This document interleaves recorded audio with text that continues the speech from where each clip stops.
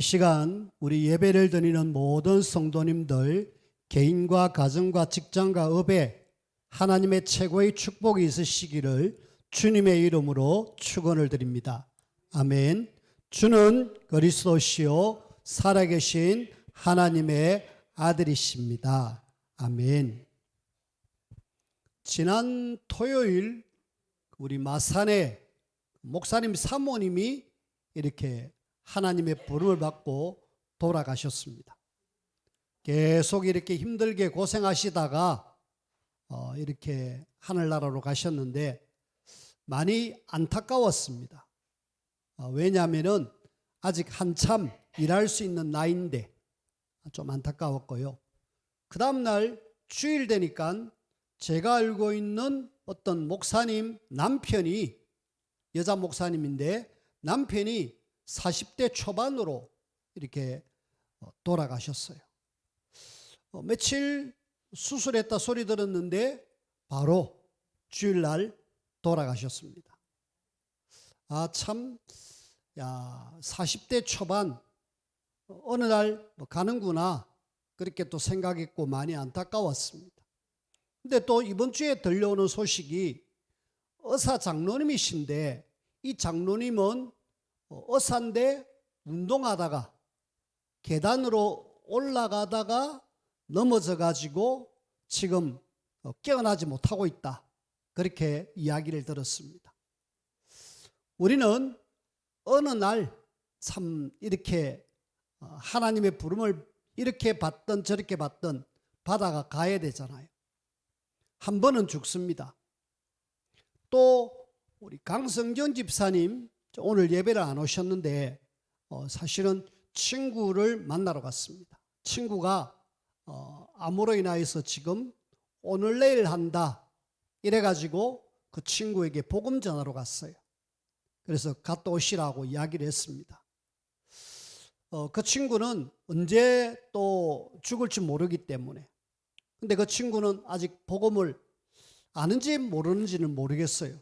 그래서 아마 하나님 안 믿는 친구일 거다라고 이야기하길래 정확하게 좀 복음을 전해주고 오시라고 이야기를 했습니다.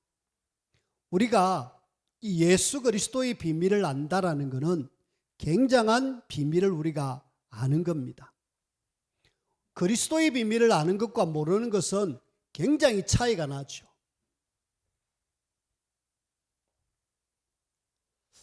예수님이 없는 사람입니다. 예수님이 없고 예수님이 있는 사람인데 예수님이 없는 사람은 한마디로 악한 사단에게 딱 잡혀버립니다.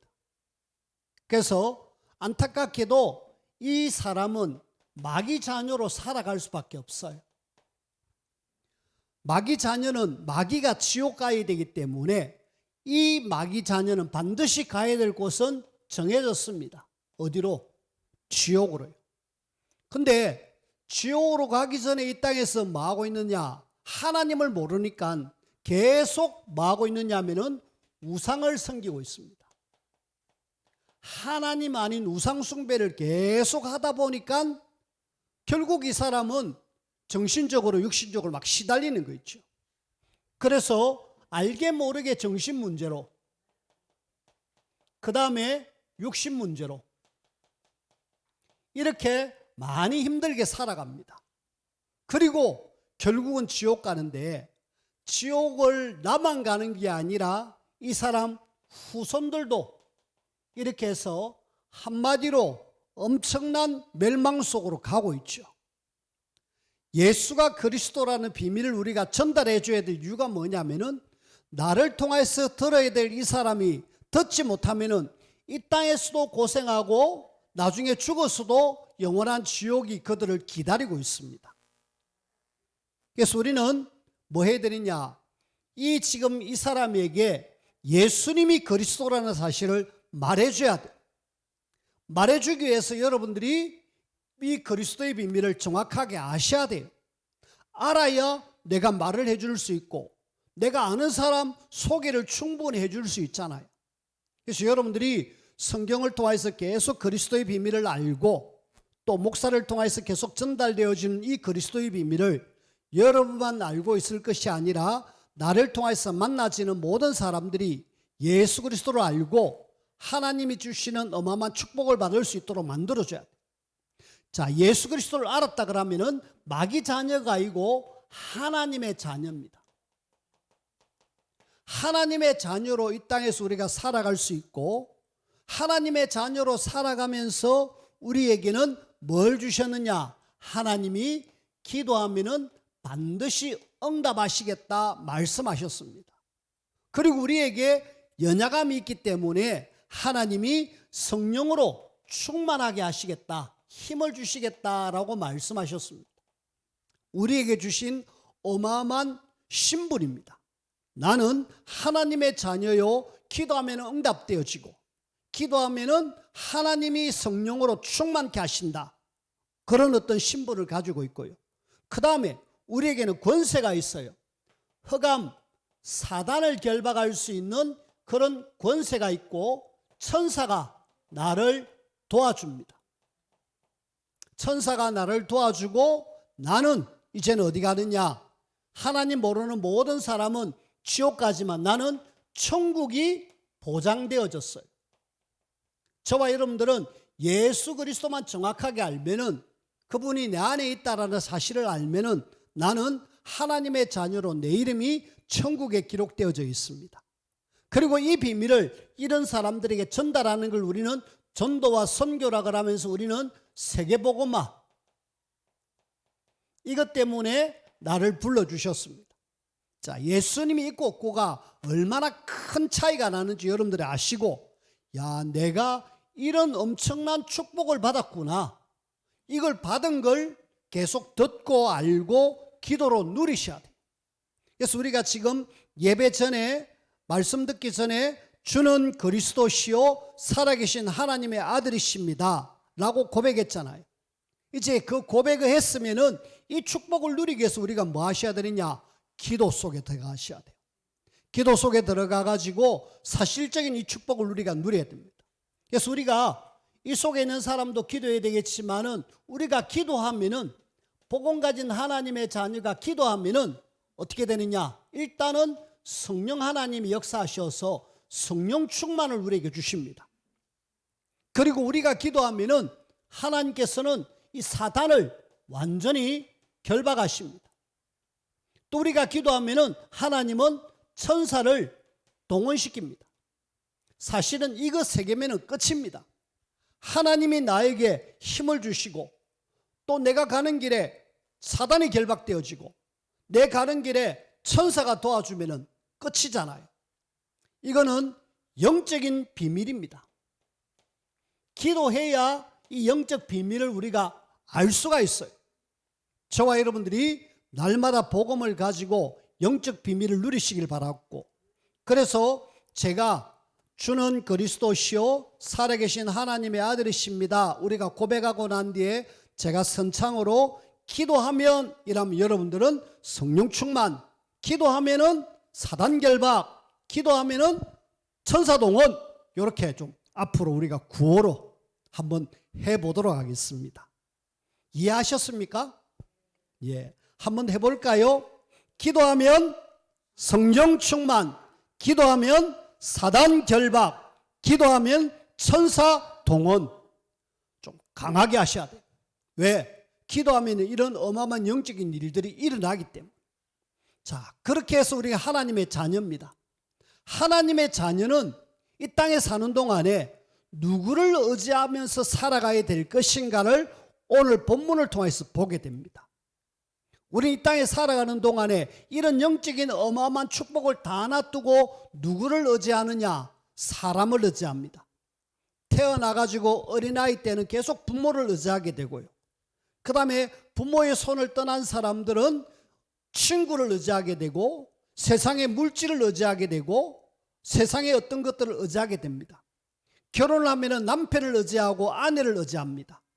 나이가 들면 자식을 의지하고 아내를 의지하고 남편을 의지합니다.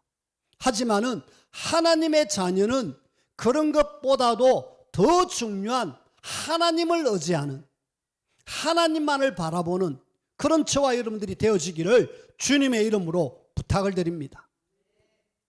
다윗의 일생을 쭉 보면은 하나님을 계속 의지했어요. 하나님을 계속 의지했는데 이 본문의 말씀과 쭉 앞에 보면은 다윗이 이제 나이가 많았어요. 나이가 드니까 아무래도 정신적으로 그 다음에 육신적으로 모든 게 또 기능이 떨어지잖아요.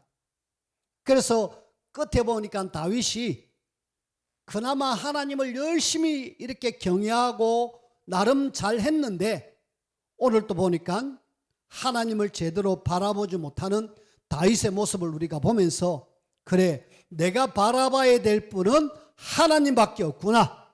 꼭 기억하고 늘 하나님 의지하는 저와 여러분들이 되어지기를 주님의 이름으로 축원을 드립니다.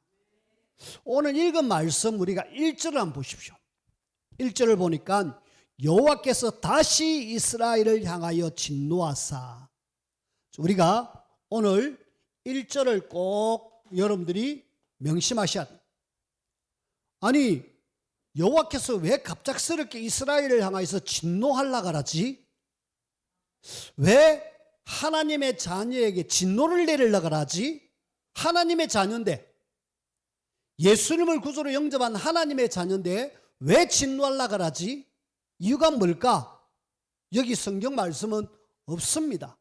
진노해가지고 이스라엘을 치겠다 이래가지고 결과로 7만 명이 죽었습니다. 하나님이 그냥 진노해서 치니까 7만 명이 죽었는데 이유가 뭘까? 근데 이거하고 똑같은 내용이 역대상 21장입니다. 역대상 21장 1절에 보니까 여기는 뭐라고 이야기하느냐 하면은 사단이 일어나 이스라엘을 대적하고 사단이 존재가 나옵니다. 아니, 하나님께서 이스라엘을 향하여 진노해갖고 그들을 치는데 똑같은 본문의 내용인데 다른 데는 사단이라고 표현하고 있습니다. 결국은 사단이 뭔가 이스라엘에게 안 좋은 것들을 심어넣었다 이 말입니다. 근데 앞을 쭉 보니까 알고 보니까 압살롬 반역할 때 이스라엘 백성들이 압살롬 편에 들어가 가지고 반란을 일으켰고, 세바가 또 반란을 일으켰을 때 이스라엘의 많은 사람들이 또 세바에게 붙어갖고 반란을 일으켰고, 그러면서 하나님이 기름 부어 세운 왕을 무시하며 그렇게 힘들게 만들었던 그런 어떤 상황들이 있었고, 또 다른 편으로 보면은 이스라엘이 하나님을 제대로 바라보지 못한 그런 상황이었을 것이다 라고 추측을 합니다. 그래서 분명한 것은 사단이 이렇게 이스라엘에게 뭔가를 심어넣었다. 거기에 우리는 속지 마셔야 돼. 사단이 우리를 넘어뜨리려고 하는 거기에 우리는 걸려 넘어지 마셔야 돼. 그래서 우리는 복음 붙잡고 계속 기도 속에서 하나님의 인도를 받으셔야 돼. 자, 그런 속에 하나님이 진노를 하려면 뭔가 이유를 찾아가지고 진노를 해야 되잖아요. 그래서 하나님은 다윗을 오늘 성경 말씀에 보면 격동시키사, 다윗을 격동시켰다. 격하게 막 움직이게 만들었다 이 말이거든요. 그래가지고 다윗을 통하여서 이스라엘과 유다의 인구조사를 해라. 그렇게 다윗에게 막 움직임을 줘가지고 다윗이 명령을 내려서 인구조사를 합니다. 그 속에 우리가 함께 이제 살펴봐야 될 내용인데, 자, 지금 다윗이 인구조사를 하는 이 상황은 하나님보다 뭔가 내 눈에 보이는 이것을 의지하는 다윗을 보게 돼요. 다윗은 하나님을 의지했던 다윗인데 이제는 하나님보다도 내 눈에 보이는 것들, 눈에 보이는 것을 뭐했다? 의지합니다. 사실은 하나님은 눈에 안 보이잖아요. 눈에 안 보이는 하나님보다 내가 이제 뭔가 내 눈에 보이는 이걸 내가 의지하겠다라는 속에 지금 다윗이 인구조사를 합니다. 자, 하나님은요, 그 앞에 우리가 사무엘하 23장 8절부터 39절까지 보면 여기에는 다윗을 추종하는 다윗을 섬기고 다윗을 위해서 죽겠다고 했던 용사들이 이름이 나옵니다. 그 용사들이 몇 명이냐? 오늘 사무엘하 23장 39절에 보니까 헷사람 우리아라 이상 총수가 37명이었더라. 37명의 어떻게 보면은 군대 장수가 딱 이렇게 늘 보디가드처럼 다윗과 함께 우리는 죽어도 좋겠다고 아주 든든한 사람들이 있었습니다. 그러면은 이 정도의 용사들이 있으면은 다윗은 이미 눈으로 봤잖아요. 그러면은 다윗은 든든한 뭐가 있잖아요. 그런데 이건 놔두고 오늘 다윗이 하나님의 어떤 진노의 속에서 지금 뭐하고 있느냐? 인구조사를 합니다. 인구조사하는데 뭐 때문에 하나님이 진노를 했을까? 왜 하나님이 이스라엘에게 재앙을 내려갖고 7만 명이 죽게 할까? 한마디로 내가 눈에 보이는 뭔가를 이렇게 바라보고 그걸 지금 조사하라는 거예요. 자, 여기에 인구조사라는 여기에 요압이 군대 장관입니다. 요압과 사령관들에게 명령을 내립니다. 근데 요압이 처음에는 반대합니다. 아니, 하나님이 이렇게 많은 장수들을 주셨고 이스라엘을 이렇게 주셨는데 또 하나님이 마음만 먹으면은 이 백성 한 100배도 더 넓힐 수 있는데 이게 부족해서 어떻게 왕은 또 우리 보고 이 지금 이스라엘로 하여금 인구조사를 하라 그럽니까? 어찌 이런 일을 기뻐하면서 우리 보고 시킵니까? 그러니까 다윗이 요압의 말을 듣고 그렇구나 해야 되는데 쓸데없는 소리 하지 말고 빨리 가가지고 인구조사 하라. 그러니까 이 요압과 사령관들이 왕이 명령하는데 어쩌겠습니까? 왕이 명령하니까 그 명령 따를 수밖에 없죠. 그래가지고 조사를 합니다. 인구조사. 저 단에서부터 브엘세바까지 이스라엘 전체를 9개월하고 20일 동안 인구조사를 하는데 인구조사의 결과 이스라엘과 유다로 나눠지잖아요.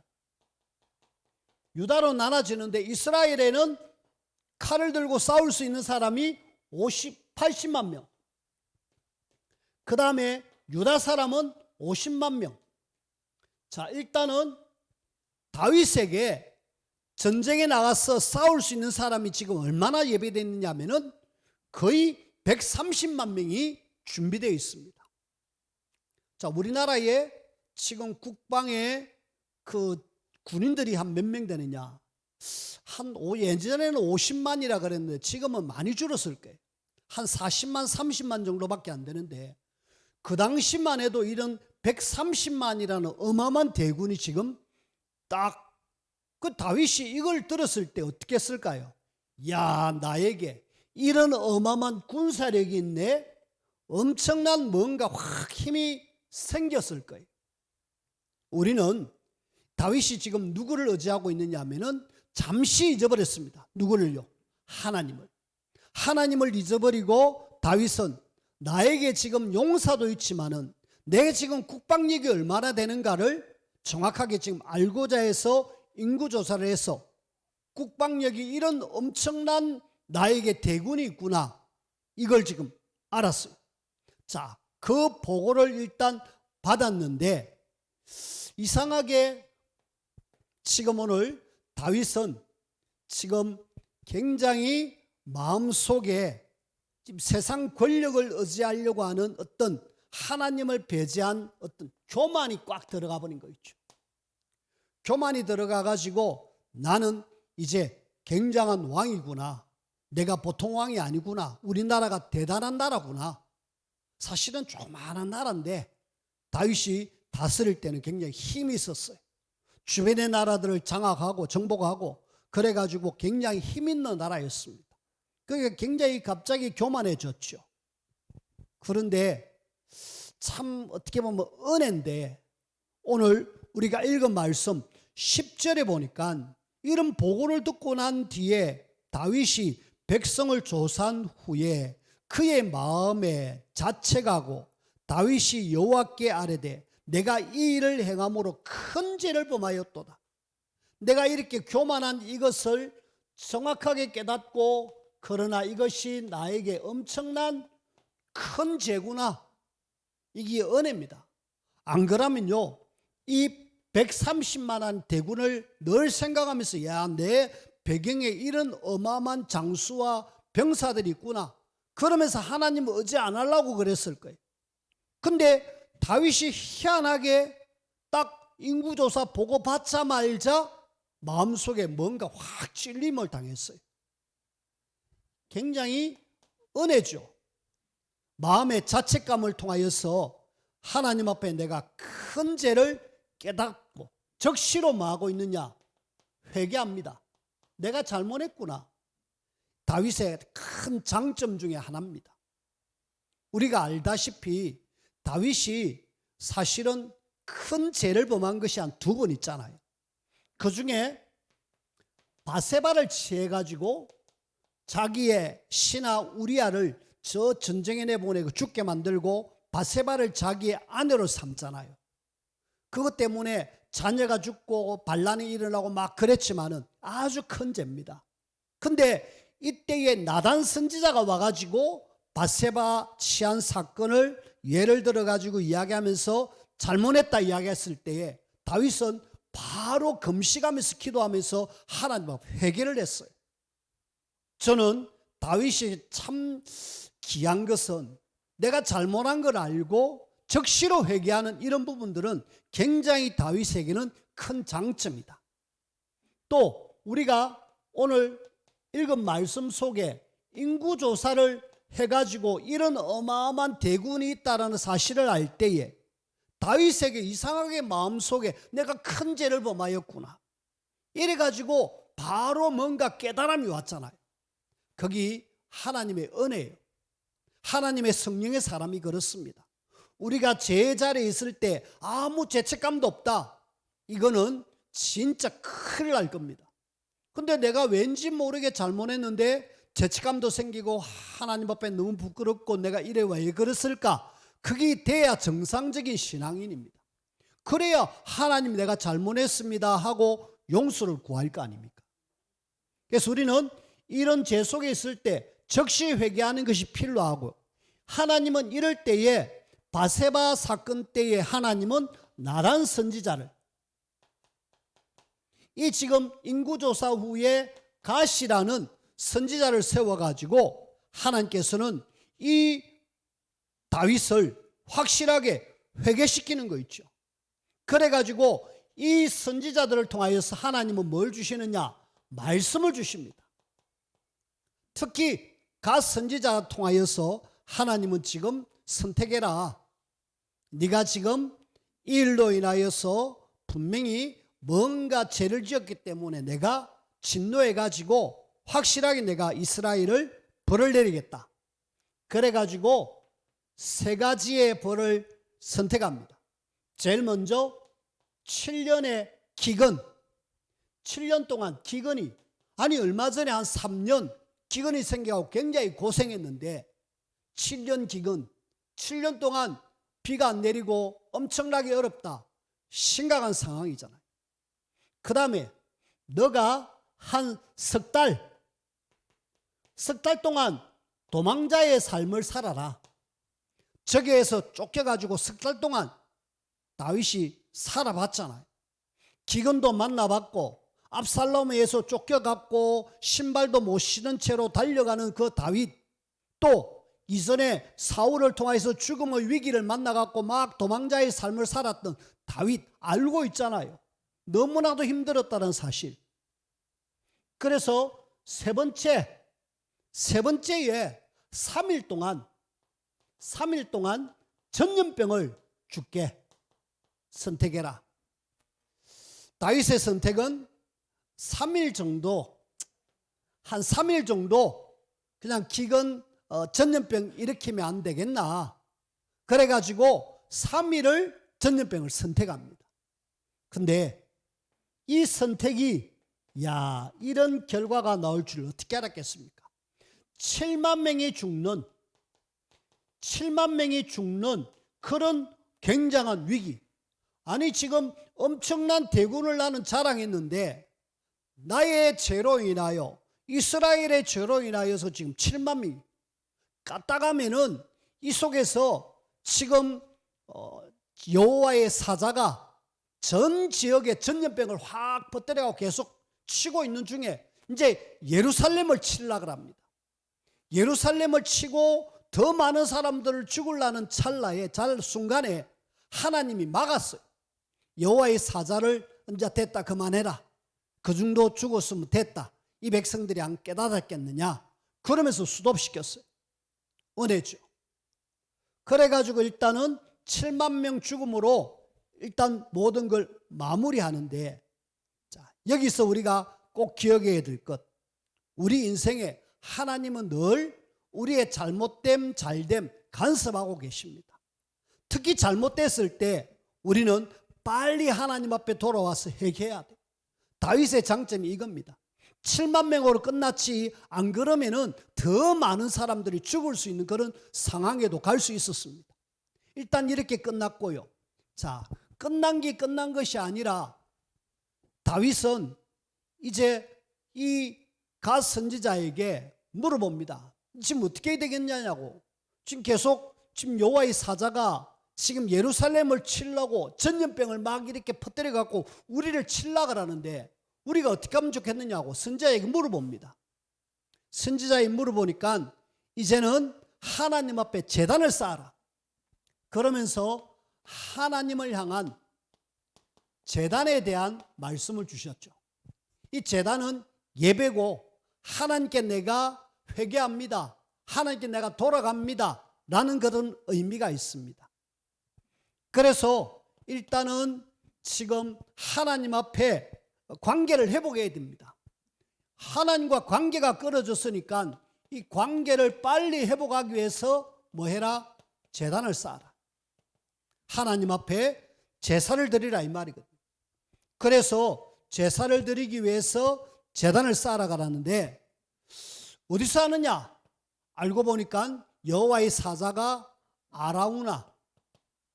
아라우나라는 집에 여호와의 사자가 딱 서 있는 거 있죠.